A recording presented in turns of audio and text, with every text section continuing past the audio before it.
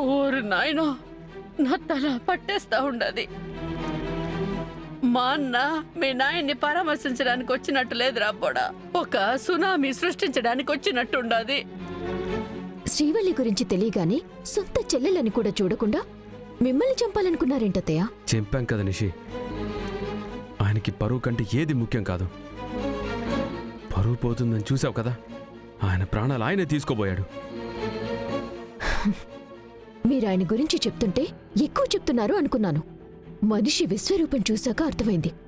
ఏ నిజమైతే మీ మామకి తెలియకూడదని భయపడి ఉండామో అదే ఆ మూర్ఖుడికి తెలిసిపోయి ఉండదు.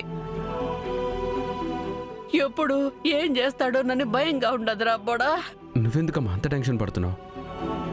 ఎప్పటి నుంచో కేదార్ గారిని ఇంట్లో నుంచి పంపించాలని చూస్తున్నాం, కానీ అది కుదరటం లేదు. అట్లీస్ట్ మావ మీద భయంతో అయినా వెళ్ళిపోతాడు. జగదాత్రి కేదార్ల గురించి నీకు తెలుసు కదా యువరాజ్. వాళ్ళంతా ఈజీగా ఓటమిని ఒప్పుకొని వెళ్ళిపోయేవాళ్లు కాదు. పోకపోతే చస్తారమ్మే. చూసుండావు కదా మా అన్న కోపం ఎట్టాంటిదో. పరువు కాపాడేదానికి కేదార్ని సంపినా సంపుతాడు. మంచి పని. ఒక్కడే దెబ్బతో పీడ విరగడైపోతుంది. లైఫ్లో మళ్ళీ వాడి గురించి కానీ నాన్న గతం గురించి కానీ భయపడాల్సిన అవసరం లేదు. అవును అవును అవును గతం గురించి భయపడాల్సిన అవసరం ఉండదు. ఎందుకంటే నీకు భవిష్యత్తే ఉండదు కాబట్టి.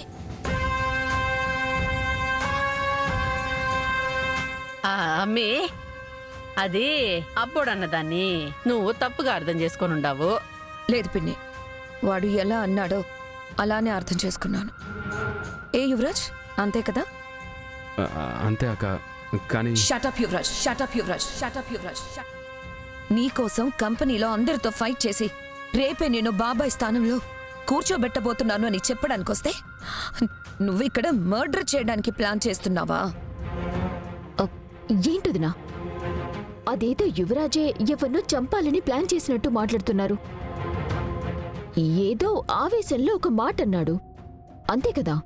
ఆ ఒక్క మాట, చిన్న ఆవేశం వల్ల ఆఫీస్లో చాలా ప్రాబ్లమ్స్ వస్తాయి. ఇంట్లో ఉన్నట్టు ఆఫీస్లో ఉంటాను అంటే కుదరదు. చూడు యువరాజ్, బాబాయ్ స్థానంలో ప్రాజెక్ట్ లీడ్గా ఆఫీస్లోకి రావాలనన్నావు. నేను అందరినీ ఒప్పించి ఆఫీస్కి తీసుకెళ్తున్నాను. ఇలా అర్థం లేని ఆవేశాలతో నువ్వక్కడ ఏ చిన్న తప్పు చేసినా నేను చూస్తూ ఊరుకోను. నీ మీద చాలా పెద్ద బాధ్యత ఉంది. చాలా మంది ఉద్యోగస్తుల జీవితాలు ఆధారపడి ఉన్నాయి. కాబట్టి నువ్వు బాధ్యతగా ఉంటావని అనుకుంటున్నాను. నువ్వింతగా చెప్పాలమ్మి. ఇది ఎంత పెద్ద విషయమో అబ్బోడికి తెలీదా? నీకు ఒక్క మాట కూడా రాకుండా చూసుకుంటాడులే. చెప్పబ్బోడా. ఆఫీస్లో ఇలా ఉండనక్క, జాగ్రత్తగా ఉండి ప్రాజెక్ట్ పూర్తి చేస్తాను. గుడ్. పిని, మీరు కూడా మారాలి. పాపారాయుడు మావయ్య మళ్ళీ ఇంటికొచ్చి గొడవ చేస్తే నష్టపోయేది మనమే. ఆయన వచ్చి కేదార్ వాళ్ళని ఇంకొక మాట అన్నా కేదార్ వాళ్ళు సాక్ష్యాలు తెచ్చి నిరూపించుకుంటారు. అప్పుడు అందరి ముందు నిజం చెప్పాల్సింది మనమే. పోయేది మన పర్వే. దయచేసి కొన్ని రోజులు ఎలాంటి ప్రాబ్లమ్స్ తీసుకొని రాకుండా ఉండండి. సరే అమ్మి, నువ్వు చెప్పింది కూడా కరెక్టేలే. మా అన్నతో నేను మాట్లాడతానులే.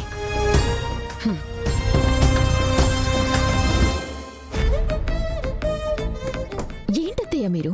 వదిన ఏం చెప్పినా సరే అంటున్నారు. ఆవిడ్ని చూసి అంత భయపడుతున్నారు.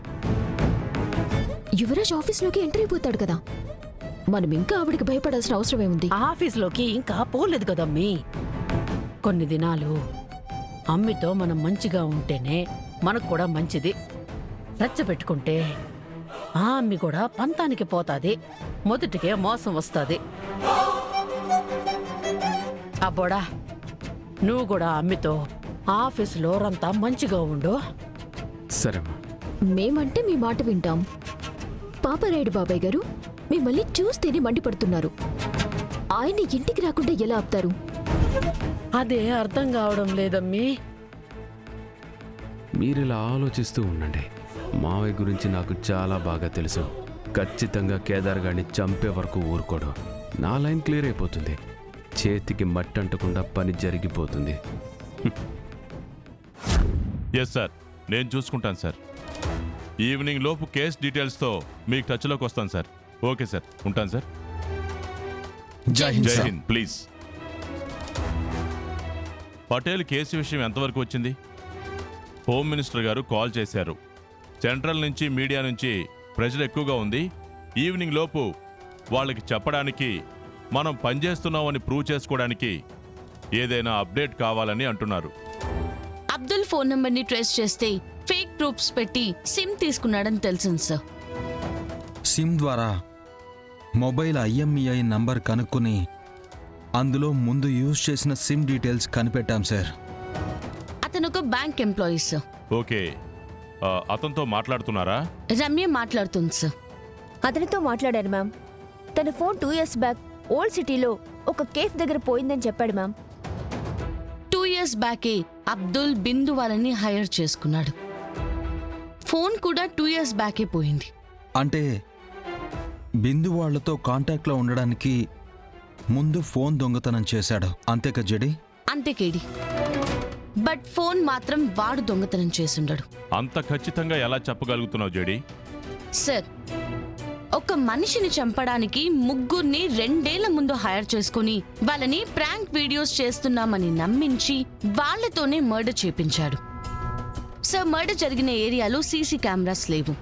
కాబట్టి పోలీసులు మర్డర్ ఇన్వెస్టిగేషన్ చేసినప్పుడు ఆ రూట్లో వెళ్లిన అందరినీ ఎంక్వైరీ చేస్తారు.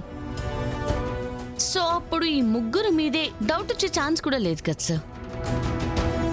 సో మన కళ్ళ ముందే తప్పించుకుని వెళ్ళిపోయేవాళ్ళు. కానీ ఈ ప్లాన్లో వాళ్ళకి తెలియంది ఏంటంటే నేను కేడి వాళ్ళని ఫాలో అవ్వడం.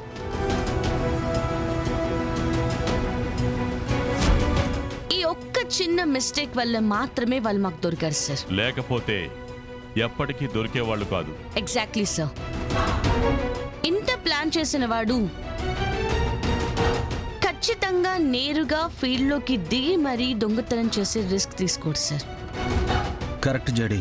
అంటే ఫోన్స్ దొంగతనం చేసే వాళ్ళ దగ్గర నుంచి కొనుక్కునుంటాడు. పర్ఫెక్ట్. సో మనకు అబ్దుల్ గురించి తెలియాలంటే 2 ఏళ్ల ముందు ఓల్డ్ సిటీ ఏరియాలో ఫోన్స్ దొంగతనం చేసే వాళ్ళ లిస్ట్ మొత్తం తీయాలి సార్. Ramya, 2 minutes ma'am.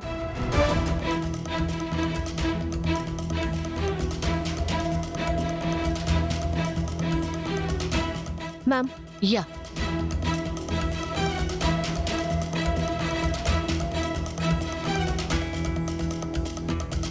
ఈ కరీం జైల్లో ఉన్నాడు. శ్రీనివాస్ లాస్ట్ ఇయర్ చనిపోయాడు.